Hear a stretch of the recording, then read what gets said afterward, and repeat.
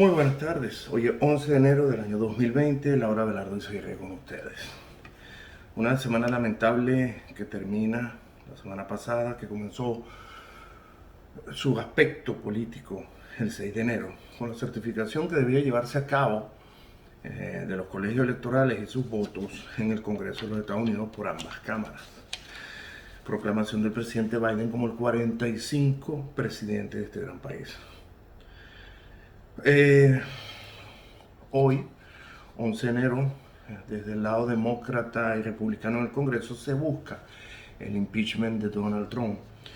Y como dijo Mulvaney, esta vez no es que sería bruja, sino algo muy serio. Uno de los hombres más cercanos al presidente que renunció como 16 más después de estos eventos. Uno de los días más negros de la historia de Estados Unidos. Será recordado, el Capitolio no es cualquier cosa. Cerca de 250 años de historia republicana de este gran país, el país con la democracia representativa más larga e ininterrumpida en la historia de la humanidad. En solo 2 ocasiones el Capitolio ha sido, que es la sede de la voluntad y el control por parte del pueblo sobre sus autoridades electas, ha sido atacado. La primera vez fue el 24 de agosto del año 1814, una muy espectacular historia que vemos en el Museo de Historia Nacional en Washington, D.C., cuando en la guerra anglo-americana, anglo-estadounidense, que se dio después de la independencia, los británicos habían derrotado a los estadounidenses en la batalla de Blandenburg, y el general Ross, en base a esa victoria, entrando en Washington, D.C., ordenó quemar la Casa Blanca y el Capitolio, lo que se hizo. Bueno, fue reeditado el 6 de enero con esta crisis constitucional por el ataque ilegal contra el Congreso, uno de los branch o de los poderes constituidos en Estados Unidos, y el otro también con un ataque indirecto al vicepresidente de los Estados Unidos, que es de parte del Ejecutivo. Así que en el mundo, la gente, los políticos, los líderes, ven cómo se atacó la democracia en un intento, yo lo defino así, de golpe de Estado, pero que nos permitió ver cómo en cuestión de horas se restableció la legalidad, la preeminencia de la ley, y lamentablemente 5 muertos dejaron constancia de que Estados Unidos sigue siendo una democracia. Un evento que no pasó de ahí, con graves implicaciones para la democracia y que demuestra la fragilidad de esta institución actualmente en los Estados Unidos. Yo quería hacer un punto previo porque obviamente hay que ser optimista. En esa guerra del 1814, en la cual fueron derrotados los estadounidenses, se dio un caso que ustedes lo pueden ver, donde está la bandera, como le dicen en la traducción literal, de las barras y las estrellas tachonadas, que siguió en pie después de toda una noche de bombardeo por parte de la flota británica, una de las más poderosas del mundo, y como al día siguiente, cuando amaneció, todos los que estaban luchando por la libertad la tomaron como referencia, principalmente un abogado que estaba en un buque y vio como cuando se despejaba el humo de la pólvora, la bandera seguía ondeando. Y se inspiró e hizo la lírica, dicen que la música, del actual himno de los Estados Unidos. De hecho, hay una parte donde dice de que la bandera seguía ondeando en la tierra de los hombres bravos y de la libertad. Por cierto, ese himno, en esa época, 1814, tardó en hacerse como que oficial. Lo usaban el ejército y la marina hasta que en 1931 el Congreso de los Estados Unidos hizo el oficial, y lo hizo oficial, y es el himno que escuchamos todos los días, y es referente a ese acto en el cual Estados Unidos se repuso y se ha convertido en lo que es en estos momentos. De este 6 de enero veremos cómo sigue el proceso de crecimiento de este país. Duele, pero estoy seguro que, como lo dijo Schwarzenegger en su video, el acero saldrá más templado como ha sucedido. Y debo recordar cosas que he vivido, ya que hablo de historia pasada, que están los libros, que pueden buscar y ver. También quisiera hablar de lo que me tocó vivir, entre ellos el septiembre 11 del 2001. Hoy dejo esa reflexión porque de verdad, como lo dijo Schwarzenegger, en la noche de los vidrios rotos, Austria, Hitler, Segunda Guerra Mundial, el lo vivió en carne propia, emigró a Estados Unidos y terminó siendo gobernador de California. Recuérdense que aquí uno se nacionaliza y no tiene diferencia con los ciudadanos americanos, como mucha gente se queja y mucha gente dirá que yo soy un wannabe. Schwarzenegger es un wannabe, terminó siendo ícono de Estados Unidos y terminó siendo gobernador de ese estado, por supuesto, republicano. También me gustaría hablar de la guerra civil que se hizo dramática entre 1861 y 1865 con el presidente Abraham Lincoln, que le había ofrecido a Lee el cargo de Ministerio de Guerra y terminó rechazándolo y se lo dio a Grant. Lee se fue a la guerra y fue derrotado finalmente por un Ulysses S. Grant el 9 de abril de 1865. Se rindió, entregó y dejó todo, era el líder. Tardó más en terminar la guerra, pero fue un momento de inflexión en la guerra civil. 9 de abril de 1865, imagínense la tragedia que esto significaba, para que 5 días después nada más, el 14 de abril de 1865, Abraham Lincoln fuera asesinado a la salida del teatro. Como verán, vino una sombra muy grande, había lucha entre los republicanos, el partido Whip, que había sustituido, había sido sustituido por este partido republicano. Habían impuesto un vicepresidente, pero las luchas internas hicieron que Johnson, demócrata, por cierto, hacemos mención a los republicanos, también debemos hacer mención que el Partido Demócrata de los Estados Unidos es el más antiguo en la historia de las anales de registro de partidos políticos en el mundo. Y el Partido Republicano lo derrotó, pero volvieron con Johnson. Se vivió una época de crisis en la cual en el Congreso se vetaron todas las leyes de este señor, del presidente Johnson. Y bueno, como verán, fue un periodo desde 1861 hasta el 69, terrible, horrible, y este país no dejó de existir. Se forjó lo que es hoy. Así desde el 69 al 33, fueron 64 años conocidos como la etapa de la reconstrucción, en la cual los republicanos volvieron al poder y solo fueron interrumpidos por 2 presidentes en esta gestión. Así que la esperanza queda. Esto no es el fin del mundo. Esto va a forjar más dura, más consistente la preeminencia de la Constitución y de la ley, en mi opinión. Y forjará un país. Duele, preocupa y es triste. Pero sin duda esto forjará el acero más duro para el futuro. Ahora que hemos hablado de este análisis del pasado, nos retrotraemos, nos volvemos, después de que nos retrotraímos al pasado, volvemos al presente. El FBI, el Departamento de Justicia, bajo la presente administración de Donald Trump, ya lleva una investigación muy bien adelantada. Por algo son lo que son los del Federal Bureau of Investigation, y han determinado que este asalto tenía 3 semanas de preparación, en el cual estaban involucrados todos, la gran mayoría, apoyados por esa tendencia y esa fuerza que le dio Trump en diciembre, y está constituido por policías veteranos, militares, que llevaron bombas. Ya vimos que terminaron 5 muertos. De hecho, la policía de Nueva York había advertido a la policía del Capitolio lo que se venía, y la policía del Capitolio participó, como ya se ha determinado en el video viral donde el policía levanta las barricadas, que causó la renuncia del jefe de la policía de Capitolio. Renunció el sargento de armas encargado de la sede, y hay 60 detenidos e imputados. Sí, hay 2 de Black Lives Matter, obviamente se iban a infiltrar, pero la gran mayoría, incluso hay 2 legisladores republicanos, ya uno tuvo que renunciar, 5 funcionarios de alto calibre dentro de la administración de Estados Unidos, y hasta el hijo de un juez de origen de ortodoxo, que incluso en Israel ha sido señalado por la vergüenza que ha generado. Giuliani lo dijo esa noche en la arenga, en la tarde, que esto se decidirá en un combate, y se demuestra que esta entrada fácil no era tan fácil y no se vulneró, sino que fue algo que estaba coordinado desde hace 3 semanas.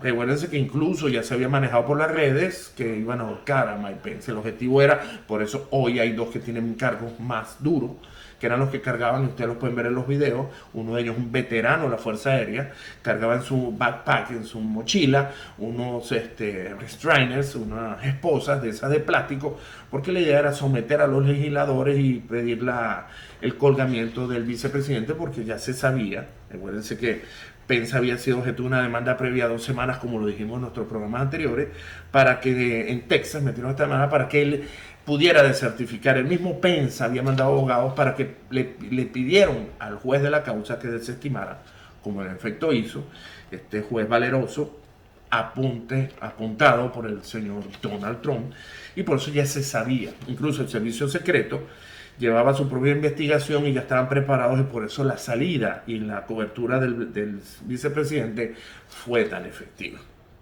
Así que, como vimos, este proceso de investigación, según nuestras fuentes, será dramático en los próximos meses, y por eso no vamos a dar más detalles.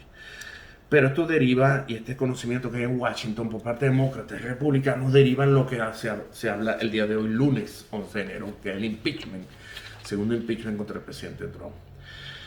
No voy a entrar en detalles porque de verdad no estoy aquí para pelear ni dar posiciones, solo para reflexionar. Yo soy uno de los engañados republicanos, como todos estos que hemos nombrado, desde los más cercanos al presidente que renunciaron, incluyendo la señorita Conwell. Ha sido duro, porque nos utilizó el presidente para un objetivo que incluso ya los abogados que llevaban causas, como el de Pensilvania, Emociones, renunciaron alegando el fraude que se estaba buscando generar para desestabilizar el país, los que llevaban las causas del presidente. Bueno, debo aclararles el por qué el impeachment. Mucha gente dice que es que por qué, que esto era el cabal. Les quiero decir, y sin entrar, y estoy tratando de no entrar en este tipo de polémica, el impeachment busca solo una cosa. El impeachment, en el artículo 1, sección 3, cláusula 7 de la Constitución de los Estados Unidos, descalifica a las personas para optar a la presidencia mediante una especie de inhabilitación luego de la decisión del juicio que obviamente el impeachment lleva al Senado. Al terminar la acusación y el juicio en el Senado está facultado, al serse declarado culpable la persona, de inhabilitarlo permanentemente. Pero van más allá, y por eso buscan, incluso varios republicanos solicitaron incluirlo en la sedición y rebeldía, porque la 14ª enmienda de esta misma Constitución establece que cualquiera que haya prestado juramento para defender la Constitución y se rebela contra Estados Unidos no podrá optar a cargo federal alguno en cualquier futuro luego de la condena. Esto incluso me recuerda al caso del general Lee, hablando otra vez de la guerra civil, que perdió y entregó, y el mismo Grant le dejó y le respetó su caballo y su espada, un gesto que lo enaltecía, aunque haya querido dividir y lograr las cosas de una manera que no era ilegal. Se le revocó la ciudadanía.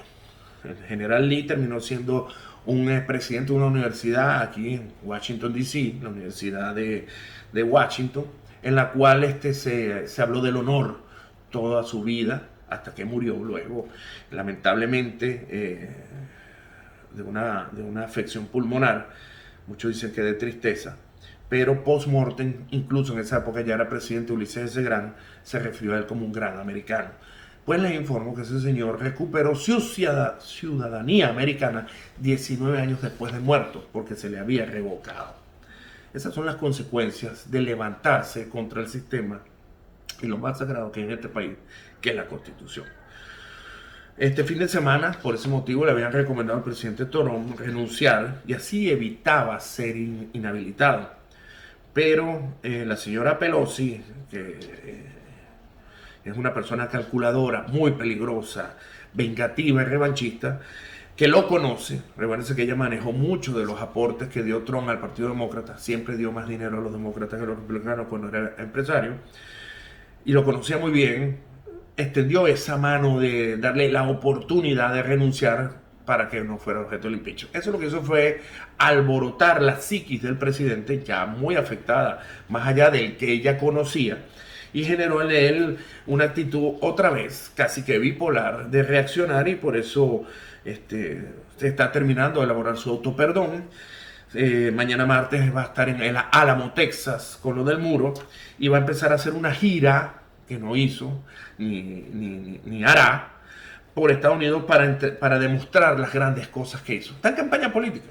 Eso sí, no habla del COVID ni va a buscar la solución. Solo es él. Solo es buscar su brillar. De hecho, está dispuesto, y así lo han mandado y lo han manifestado sus asistentes, a todos los medios de prensa, incluyendo CNN, darles una entrevista porque en ella quiere subir su nivel antes de irse, porque todavía cree que en el 2024 podrá optar a la presidencia y se va a dedicar a atacar a Biden en todos los planos. Por eso es que hoy se ve el despliegue de la Guardia Nacional en Estados Unidos, en la capital de Estados Unidos.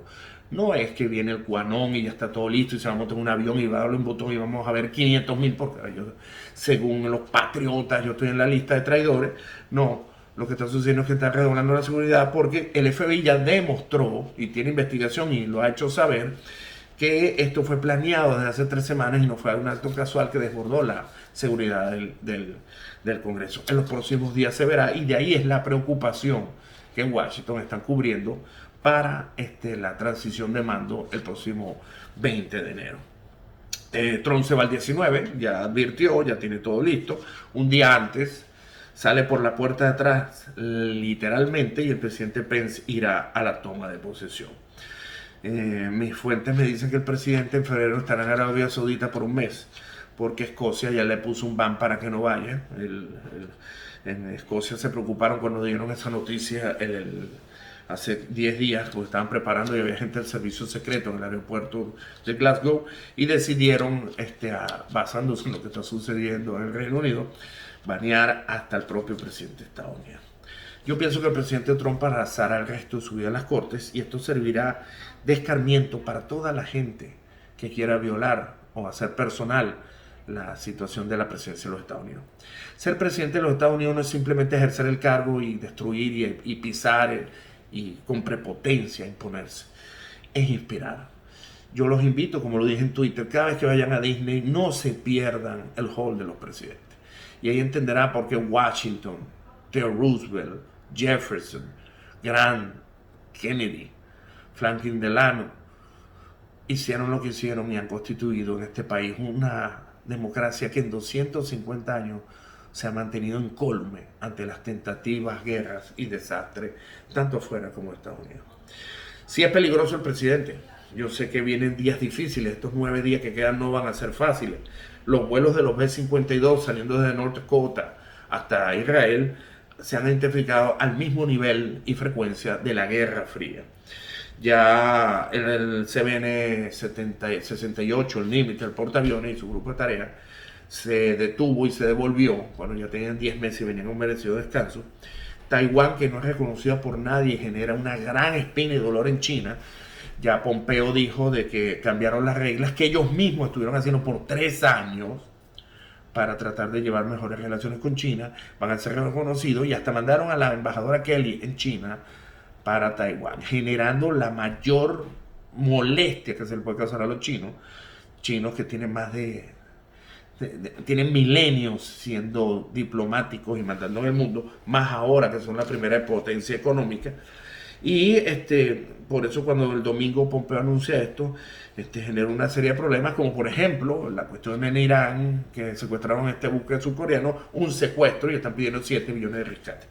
Son prepotentes porque saben que Estados Unidos está de rodillas y que Trump está desde campaña y no de presidente. Lamentable lo que está sucediendo, pero bueno, es mejor pasar la página. Estados Unidos tiene un futuro brillante y lo que tenemos que hacer es vivirlo, contribuir y trabajar y volver a levantar al Partido Republicano. Por último, quería hablar del caso de Twitter. Twitter está hablando mucha gente de la libertad de expresión. Y aquí, bueno, lo que no me habían dejado de seguir seguro lo van a hacer. La primera enmienda a la Constitución establece que la libertad de expresión, pero protege en sentido negativo. Los abogados entenderán, no voy a dar muchos detalles, porque realmente después de oír opiniones como que la luz se fue en el Vaticano, el Papa está muerto, lo secuestraron, está preso, no vale la pena. Contempla negativo la posibilidad de que haya leyes que se cercenen la libertad de expresión. Esto no es en grosso modo lo que la gente cree, que aquí tienen uno todo el derecho de hablar y de decir.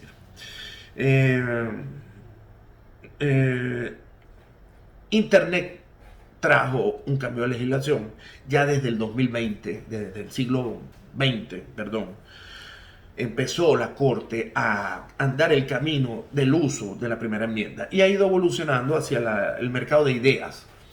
en materia judicial, legislativa, judicial, se piensa que el mercado de ideas es de que el propio pueblo se dé cuenta de que es bueno y que es malo sin restringirlo. El principio de la libertad absoluta del artículo primero, que ahora está derivando hacia la libertad donde tu derecho empieza a vulnerar mis derechos.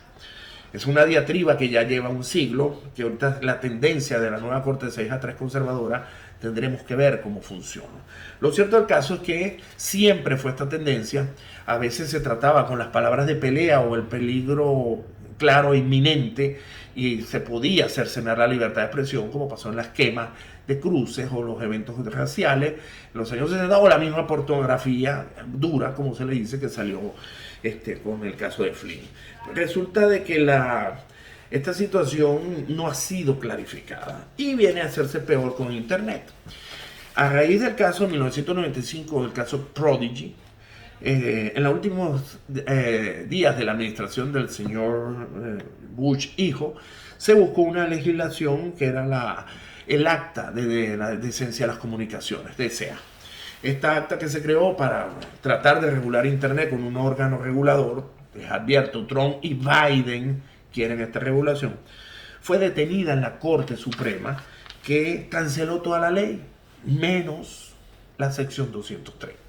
Sí, esta sección 230, que por cierto el presidente Trump en mayo del 2020 se dio cuenta de que tenía que ser implementada porque ya no le servía Twitter, era la que son las, como se define en materia judicial, las 26 palabras que le dan el marco de acción e impunidad a Internet.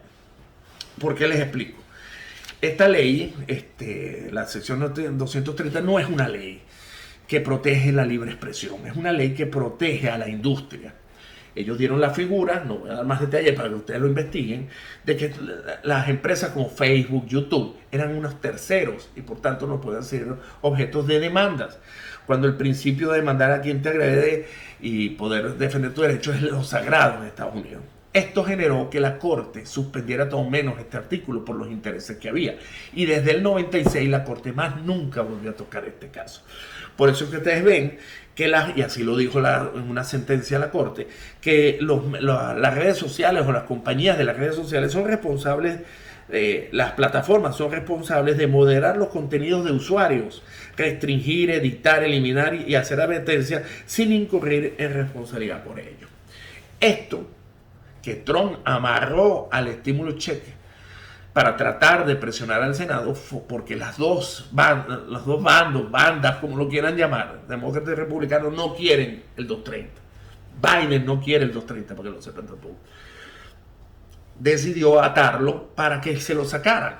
Lamentablemente, el presidente, destruyendo su legado, perdió al alinearse con los demócratas, pedir el 2000, el cheque de 2000 y además pedir la del 230, y fue el único veto que tuvo, que fue override, fue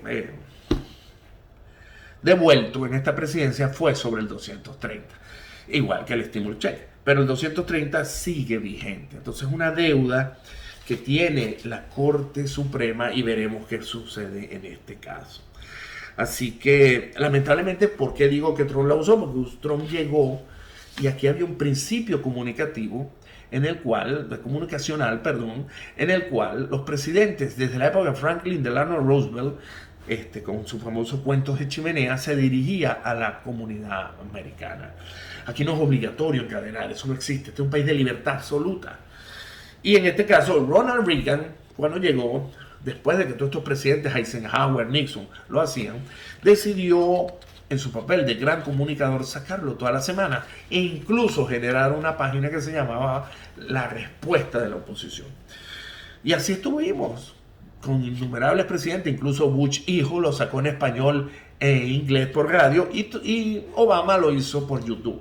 Trump, en los primeros 6 meses, dejó de hacer este programa y se dedicó a dirigirse al pueblo de Estados Unidos por Twitter. Él mismo se puso la soga en el cuello. El que sabía la 230 la había usado a su favor, porque con esto fue que desprestigió a Crockett Hillary y al final el tiro le salió por la culata. Que si es libertad de expresión, recuérdense que Twitter, como toda empresa, tiene normas y reglas de aceptación y de adhesión. No hay posibilidad ninguna a que esto se considere una violación. Es el derecho en este caso, de las empresas de hacerlo. Ya vieron que ayer Parler entró en un blackout y va a estar una semana fuera porque todas estas redes lo que hacen es evitar lo que se supone puede hacer Parler ahora de transmitir, como ya el FBI lo ha advertido, otro plan para el día de la toma de posesión. Así que esta situación que todavía está pendiente y se debe, está perfectamente legal. Que se debe, que no se debe, eso como cuando usted va a un periódico y quiere que publiquen algo y le dicen que no. Aquí no se puede valorar como un cercenamiento a la libertad de expresión porque el mismo Trump se equivocó y por eso, como diríamos en criollo, tarde piaste pajarito, porque en mayo fue que se dio cuenta que ya no le servía Twitter. Entonces, como lo vimos, lamentablemente, estamos en una situación, yo pienso que esto es positivo, por cierto. Algo muy importante que me notaron ayer. Hubo elecciones en Georgia. Se perdieron los 2 senadores, como lamentablemente lo vaticiné, por la misma gestión del presidente. Nadie ha dicho nada, pero los 2 concedieron la derrota. Nadie, ni siquiera el señor Trump, habló de fraude en Georgia. De hecho, la senadora al día siguiente estaba para votar, iba a ponerse al lado de Trump y se dio cuenta y después echó para atrás su voto. Les pregunto, si el fraude fue evidente y de grandes magnitudes, ¿por qué no se hizo nada ahora, tiempo pasado, en Georgia? ¿Por qué nadie reclamó? Y ambos candidatos en menos de 12 horas reconocieron el triunfo de sus rivales por el mismo margen que perdió el presidente Trump. Como verán, sumado a los abogados que están renunciando a las causas que había metido el señor, aunado a que Cohen dijo que va a colaborar y va a dar todos los secretos del presidente, demuestran la intención de burla a la Constitución de los Estados Unidos. Nadie se ha detenido a ver este detalle, que Georgia se perdió el balance del Senado, en el Congreso, muy grave lo veo yo, pero nadie protestó, ni siquiera Trump, ni esa misma noche. Nadie, ni las redes hablaron de los servidores en Alemania, ni el subsuelo, ni la luz, nada. Esto demuestra de que el fraude que se alega, que pudo haber existido, pero no en la magnitud que lo alega el presidente y sus secuaces, permitiría que esta elección fuera echada para atrás. Este programa tiene como objetivo tratar de ser lo más balanceado posible.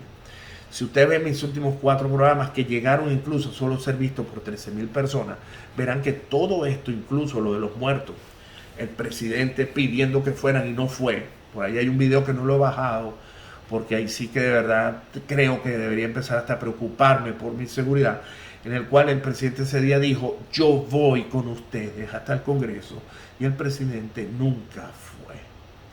Esa es la clase de persona que debemos sacar de la política.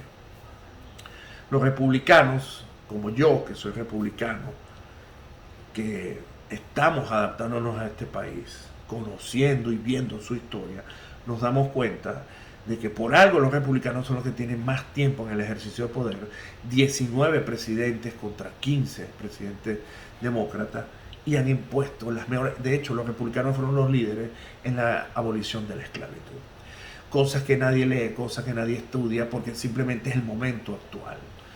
Estos republicanos de hoy tenemos que prepararnos para recuperar el partido y la fuerza. Recuérdense que hay un fenómeno político muy interesante, y es que Biden ganó en las grandes ciudades, pero en los perímetros, en las partes de afuera de los estados, ganó Donald Trump. Esto quiere decir que la ciudad es la que tiene que ser estudiada por los republicanos. Esa ciudad que se perdieron los valores de todo tipo, desde la droga, matrimonios homosexuales, todo este tipo de cosas tienen que ser evaluadas y analizadas por estos republicanos que quedan en la lucha. Futuros líderes que vienen de guerras y son veteranos, gente muy capaz y joven, que tiene que sustituir, no con un demagogo que no era republicano y que terminó por destruir al partido republicano en una decadencia que ya tenía más de 20 años por no tener ideas.